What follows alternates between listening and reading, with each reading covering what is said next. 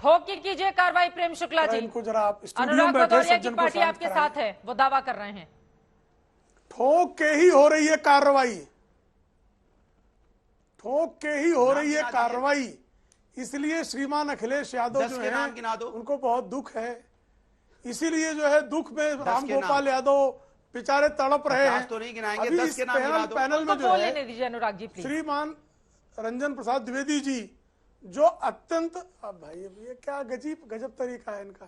अभी विशाल मिश्रा को सिखा रहे थे प्रोटोकॉल कि बीच में मत बोलिए। इस पैनल में श्रीमान रंजन प्रसाद द्विवेदी जी जो बैठे हैं वो बहुत डेकोरेटेड, बहुत कुशल, ईमानदार, कर्तव्यपरायण अधिकारी के रूप में उनकी ख्याति रही है। और उन्होंने बताया कि उनके कार्यकाल के दौरान भी यानी पिछली सरकारों में पुलिस पर विविध प्रकार के दबाव होते थे।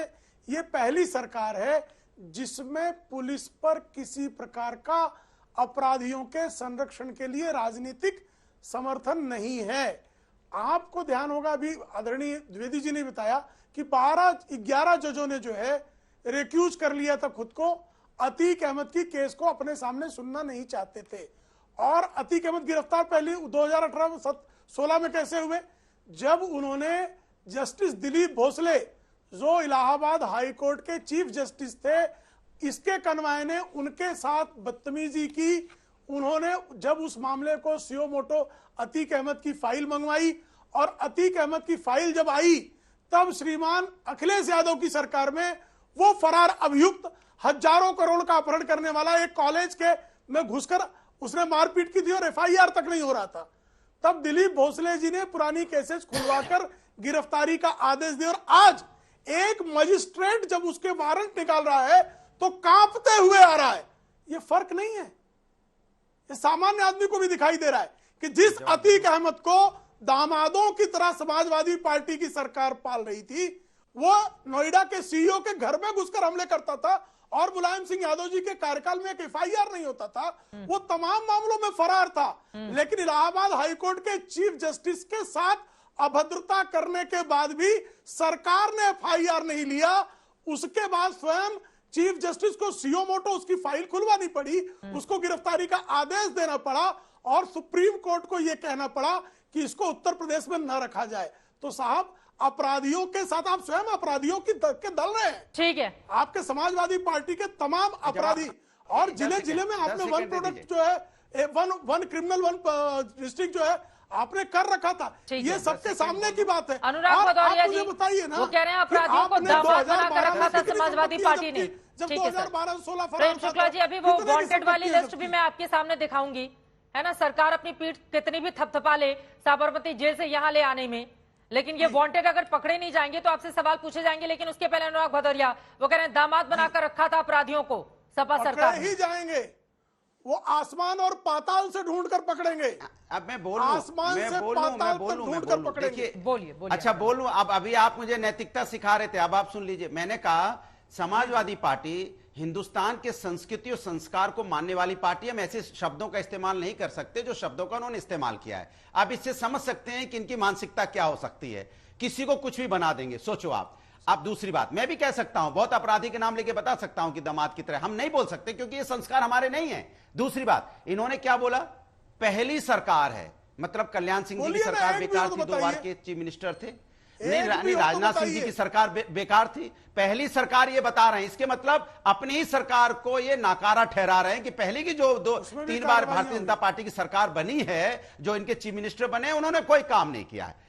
तो आप प्रभु अपनी सरकार को दोषी ठहरा रहे हैं, इसके लिए आप बधाई के पात्र हैं। दूसरी बात, हमने आपको बोला समाजवादी पार्टी के समय में, मैंने बार बार आपसे कह रहा हूं कि हमने उमेश पाल को कोई छू नहीं पाया समाजवादी पार्टी की सरकार में, और आपकी सरकार में दिन दहाड़े उड़ा दिया गया। हमारी सरकार में राजू पाल की हत्या हुई, मैं मान रहा हूं, लेकिन हमने फिर हत्या हुई, ठीक है। उसके बाद आपने देखा हम उनके न्याय के लिए क्या कर रहे हैं। हमने उसके परिवार को, उनकी पत्नी, और क्या कर सकता है आदमी जिंदा तो नहीं ला सकता, लेकिन उसकी पत्नी को हमने एक सेकंड, अनुराग भदौरिया जी, और क्या कर सकता है तो मैं बताती हूँ।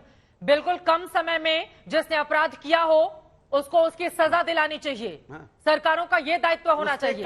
किसी को विधायकी का टिकट देकर आप अपनी पीठ नहीं थपथपा सकते हैं। और ये बिल्कुल गलत तरीका है अनुराग भदौरिया जी। एफआईआर क्या हुई है? राज्यपाल 2005 में उनका मर्डर हुआ और आज कौन सी तारीख है? 2023 है। आप एफआईआर कब हुई थी? एफआईआर कब हुई? उस पूरे मामले में अभी तक जो अपराधी है उसको उसके अपराध की सजा नहीं हुई है। अनुराग भदौरिया जी, आप कैसे पीठ थपथपा सकते समाजवादी का, और हम संविधान न्यायपालिका का सम्मान करने वाले लोग हैं। उमेश पाल को 2006 में जब अगवा किया गया, मानने वाले लोग हैं। उस समय क्या स्थिति थी बताने की जरूरत है क्या? अरे उसकी एफआईआर नहीं दर्ज की गई थी अनुराग भदौरिया जी। किसकी सरकार थी? क्या बात कर रहे हो? समाजवादी पार्टी की मायावती की 2007 में सरकार आई, तब जाकर एफआईआर दर्ज हुई। अपराधियों को पकड़ा, उसके बाद उन्होंने छोड़ा। कैसे छूट गया? ये अपहरण कैसे छूट गया? मैं आपसे पूछना चाहता हूँ। किसी का अपहरण होगा कैसे छूट जाएगा? सरकार ने चाहा, सरकार ने काम किया तभी तो छूटा ना। पुलिस सिस्टम मजबूत है हिंदुस्तान, उत्तर प्रदेश का, तब भी मजबूत था, आज भी मजबूत है। और पुलिस सिस्टम को मजबूत करने का काम समाजवादियों ने किया। 100 डायल तो समाजवादियों ने बनाया ना, जिससे पुलिस सिस्टम मजबूत रहे। 109 तो समाजवादी ने पार्टी बनाया ना, जिससे महिला सुरक्षा हो। तो हम तो पुलिस सिस्टम को मजबूत करने का काम करने वाले लोग हैं। भले आज 112 हो गया हो, तो अपहरण को किसने छुड़वाया? समाजवादी पार्टी ने। उसमें तो हत्या नहीं हुई ना। उमेश पाल की एफआईआर क्यों नहीं हो पाई थी? हत्या हुई और बाद में मायावती जी के शासन में एफआईआर क्यों हुई थी? क्या है ये कहानी? सभी इसमें एक चीज बहुत स्पष्ट है, सब लोग जानते हैं। आप कितनी भी बहस करा लीजिए, हाथ कंगन को आरसी क्या, पढ़े लिखे को फारसी क्या। आप जाके स्वयं सर्वेक्षण कराइए। बहन मायावती जी एकमात्र ऐसी मुख्यमंत्री रही हैं उत्तर प्रदेश में जब उनके यहाँ के कोई पार्टी के सांसद भी कुछ अपराध करते थे तो वो जेल भेजती थी। उनके यहाँ का कोई विधायक भी अगर गड़बड़ करता था तो उसकी जगह सलाखों के पीछे होती थी। और जहां तक आप जानती हैं कि हमारे विधायक थे ये पाल साहब, तो इनकी हत्या 2005 में हुई जैसा आप भी कह रही हैं, और दौड़ के रगेद कर उसको कई किलोमीटर वो भागा और उसकी हत्या कर दी गई। 2007 में जब बहन मायावती जी मुख्यमंत्री बनती हैं तब एफआईआर होती है जाके। मैं कहना ये चाहता हूँ 2007 से 2012 तक आपकी सरकार थी, बहस उस अपराधी को उसके किए की सजा तो नहीं दिला पाई ना बहन मायावती। देखिए, कानूनी प्रक्रिया हम नहीं चलाते, कानूनी प्रक्रिया कानून करेगा, पुलिस का काम पुलिस करेगी। हमारा काम है एफआईआर कर हमने कहा सख्त से सख्त कार्रवाई कीजिए।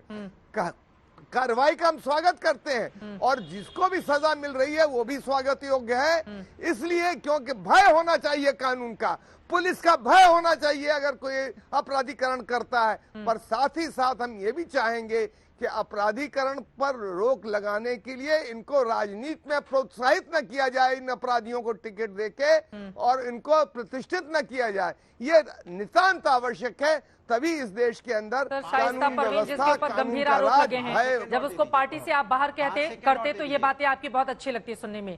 डॉक्टर प्रशांत मिश्रा जी ने सर टिकट नहीं दिया और पार्टी में बनाए रखना, दोनों में बहुत ज्यादा फर्क नहीं होता है।